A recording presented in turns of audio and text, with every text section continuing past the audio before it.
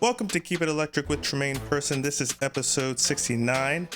I'm so glad you've decided to spend some time with me today. Whether you're listening on release day, which is Friday, January 24th, or catching up later in the week, thank you for tuning in.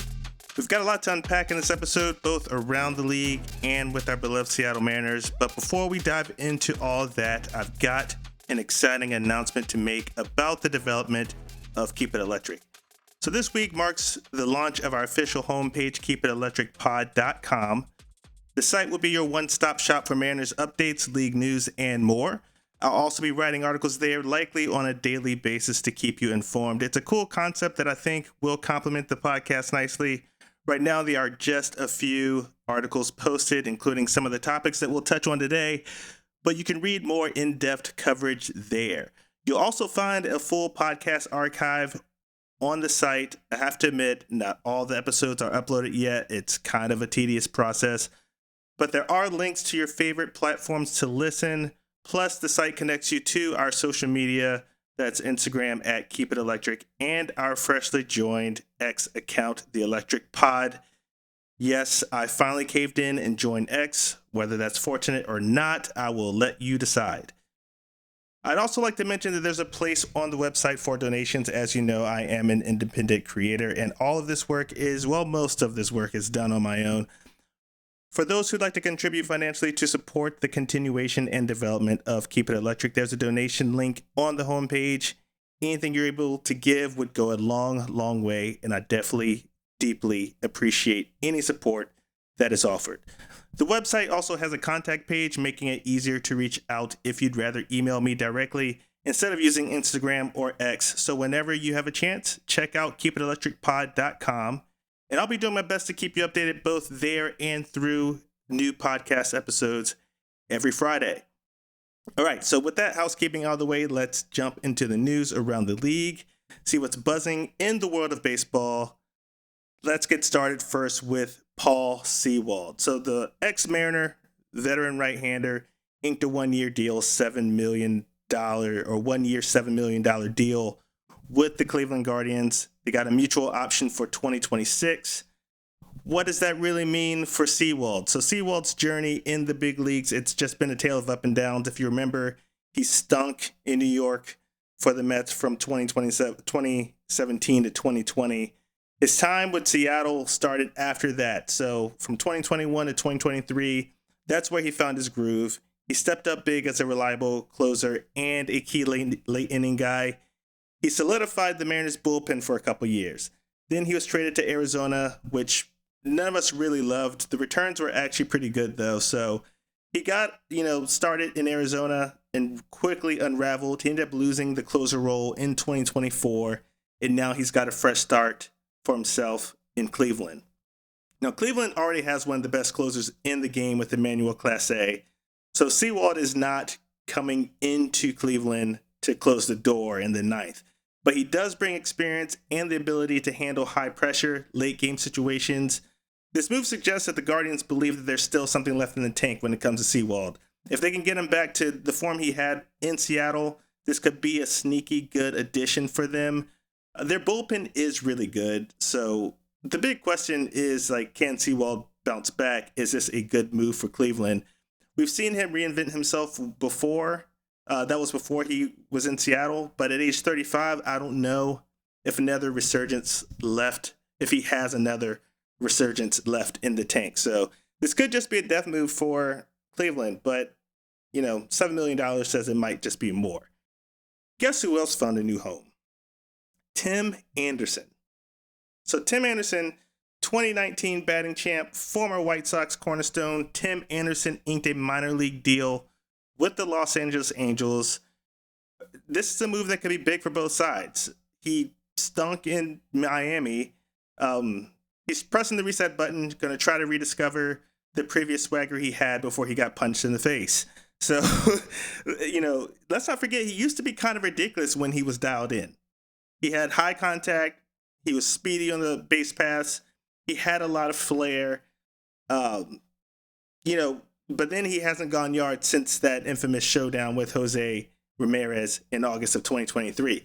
So don't be surprised if the Angels call him up in a hurry, if he takes off in the minors. The key to this whole thing has got to be Ron Washington. He's refusing to let the Angels fail on his watch. He's an infield guru. He's got a knack for getting the best out of players who definitely are coming in with a chip on their shoulder. Anderson might be the perfect fit in the perfect project in Los Angeles. If he can refine his approach at the plate, flash the leather in spring training or AAA, look for a quick promotion to the big leagues. So keep a watch out. Boy, now, I was wrong. I gotta admit it, I was wrong about Roki Sasaki.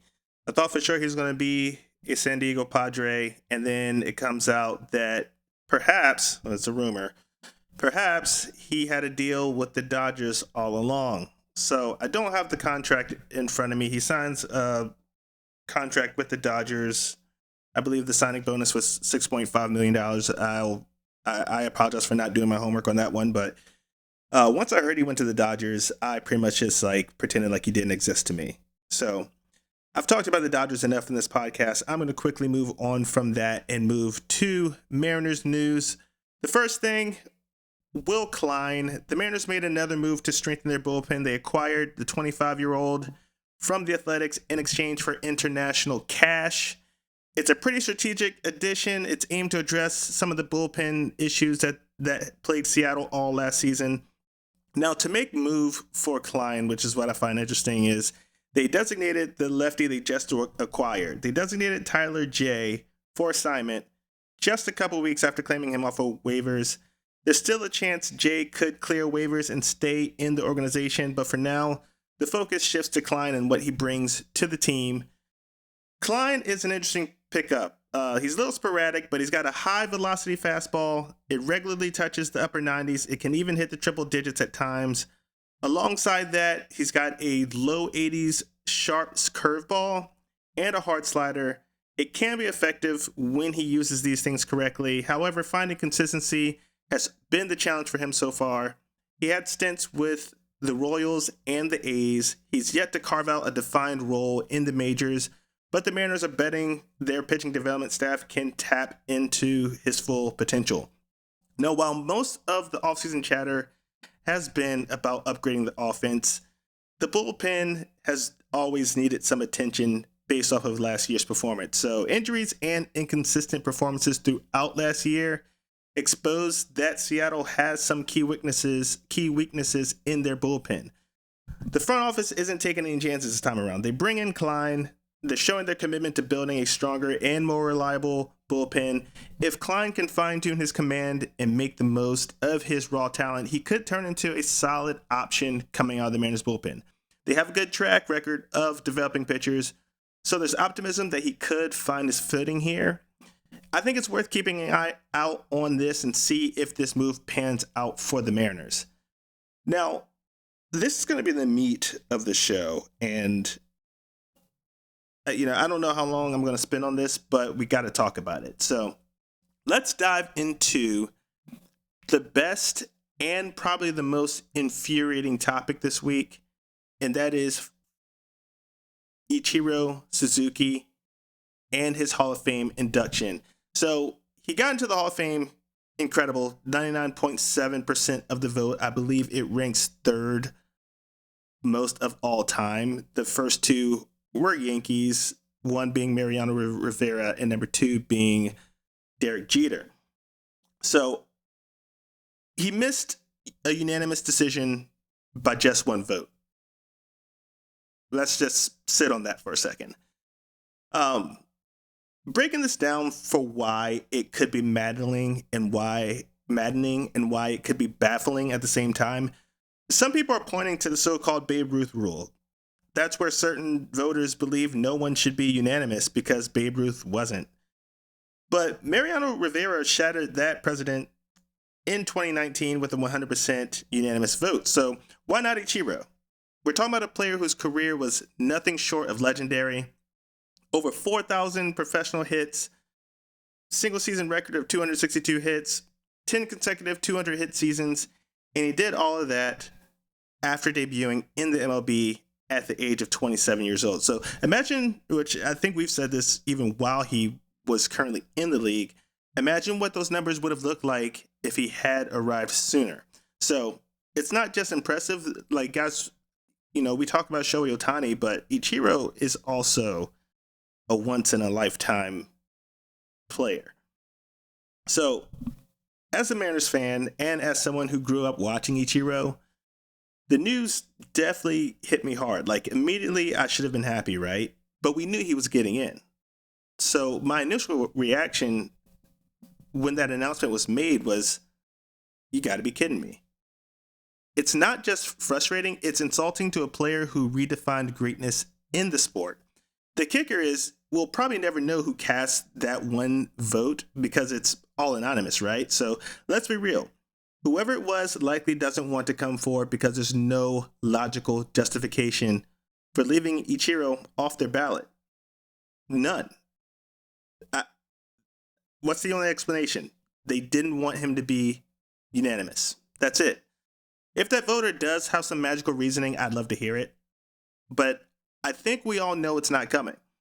And while I try not to dwell on things like this, it's tough not to be upset. Ichiro deserved 100%. He earned it, and he didn't get it. So for me, there's a personal side of this as well. Like, it goes, like, this is more than just baseball. Ichiro on and off the field has been an inspiration in my life. He and Ken Griffey Jr. were two of the biggest reasons I fell in love with baseball and with the Seattle Mariners. But Ichiro was different for me. It wasn't just his talent, it was the way he carried himself. He had unwavering professionalism. He had laser focus and quiet confidence. I've read about his daily routines, his discipline, and those have been motivating factors for me personally. Even when I was more athletic back in the day, because I'm definitely not so much now, Ichiro taught me lessons without ever saying a word. His presence alone was a masterclass in what it means to strive for greatness. He wasn't just an athlete, he was a role model. And that's why this whole voting snub stings so much. Ichiro wasn't just a Mariners legend, he was a global icon who inspired millions, myself included. So seeing him fall short of unanimous induction feels like an insult to everything that he represented. For us Mariners fans, the moment is kind of bittersweet, and we've seen this all over social media. We're thrilled to see him in Cooperstown, but there's always going to be that little what if in the back of our heads. What if he'd been the second unanimous player in MLB history? What if the voting process wasn't marred with pettiness? What if the voting process wasn't anonymous? But here's the thing, Ichiro's legacy doesn't need a unanimous vote to shine. He wasn't just a star in Seattle, he was a trailblazer, a global ambassador, and someone who brought the excitement of Japanese baseball to the MLB. He inspired countless players, he changed perceptions of international athletes, and elevated the game in ways that goes beyond the numbers. So either way, I think we need to celebrate Ichiro as a player, as a professional, and as a person who left an incredible mark on the game of baseball. It's not just in the records he set, but it's in the lives he touched, mine included. So let's just reflect on how lucky we were to witness Ichiro. And as Mariners fans, we should definitely reflect on how lucky we were to witness his greatness firsthand. So let's dive into the final thought, because there's definitely some buzz about this. This is more current, involving the current roster here. I'm going to close with this. We've got a rumbling. It's unconfirmed, but it is from multiple sources that Donovan Solano may not be slotted at second base as we all initially thought. Instead, it's looking more likely he'll be platooning with Luke Raley over at first base, and that kind of really threw me a little bit. So if that's true, does that mean that we're not actually going to bring Justin Turner back? These are signs pointing to him not returning. And then where does that leave Luke Raley? I guess he's just focusing on first base, and it probably means he's no longer an outfield option. This also creates a logjam for Tyler Locklear, because I thought for sure if Justin Turner wasn't going to come back, then we were going to see Tyler Locklear and Luke Raley in a platoon, if anything. So this brings up an even bigger question. Can we trust the Mariners' current depth chart? Because as of now, Solano is still listed as the starting second baseman. But if these rumors are true and accurate, we could be looking for something entirely different come spring training. It feels like the Mariners are kind of stuck in a holding pattern, and I think it's been reported that way. Honestly, this could signal that there's more changes ahead. Now, if we're playing the speculation game, this might mean that Ryan Bliss or Leo Rivas will see time at second base and hold it down until Cole Young is ready for the big leagues. And if that's the case, I hate to say it, but we might be staring down the barrel of a rebuild. The Mariners may not call it that. Many franchises don't want to call it that because then they'll lose fan interest. But the signs are starting to add up. They've been quiet for quite a long time, right? Now think about it. If a rebuild is on the horizon, some of our fan favorites, they're definitely on borrowed time. That means players like Luis Castillo. We've already heard the rumors about him. That also means J.P. Crawford. That also means Mitch Garver. Now, I'm not going to call not Mitch Garver, the other Mitch Haniger. And I'm not really going to call Mitch Haniger a fan favorite right now, especially after his performance last year, but he's still, he's still special to Mariners fans. Mitch Garver is also a guy on borrowed time, but we saw his performance last year, and that wasn't great either. So I even think that Andres Munoz may not be a part of this team's future if we're looking at a rebuild. Now, could the Mariners surprise us with a big move before spring training? Sure. But with the players already ramping up and no major headlines from Seattle yet, it's leaning toward they're going to remain quiet this offseason. Now, let's focus on the rebuild. I know the idea of a rebuild can frustrate a lot of fans, but I'm going to try to get you to come along with me on this one. I'm not entirely against it, especially if it means that the Mariners are finally committed to developing and promoting their farm system. Seattle's pipeline is deep, guys, and it's stacked with potential. If you look at it, I think Lazaro Montez just cracked the top 10 outfield prospects list for Major League Baseball. Cole Emerson, Cole Young, Tyler Locklear, they're all promising infield options. About Cole Young, because I think we will see him in the major leagues this year. T-Mobile Park, in my opinion, might be a little big for him, but he's got some pop, he's got some range. He reminds me a bit of an upgraded Adam Frazier type. He's speedy on the bases. He's got the ability to impact games on both sides of the ball. And while this year might feel long and frustrating at times, that's if we are going to do a rebuild, I'm genuinely excited to see how the young guys develop if that's the way we're going to go. Now, I know I promised to dive into the AL West landscape in this episode, but with the Hall of Fame ceremony and all the big picture Mariner news, I'm going to push that to next week. It deserves its own time in the spotlight. Trust me, we'll break that all down. Until then, make sure you check out the website, skipperelectricpod.com, for updates, analysis, and news around the league. As always, thank you for tuning in and keeping the energy alive. We'll be back next week with more Mariners coverage. Until then, keep it electric. Go Mariners.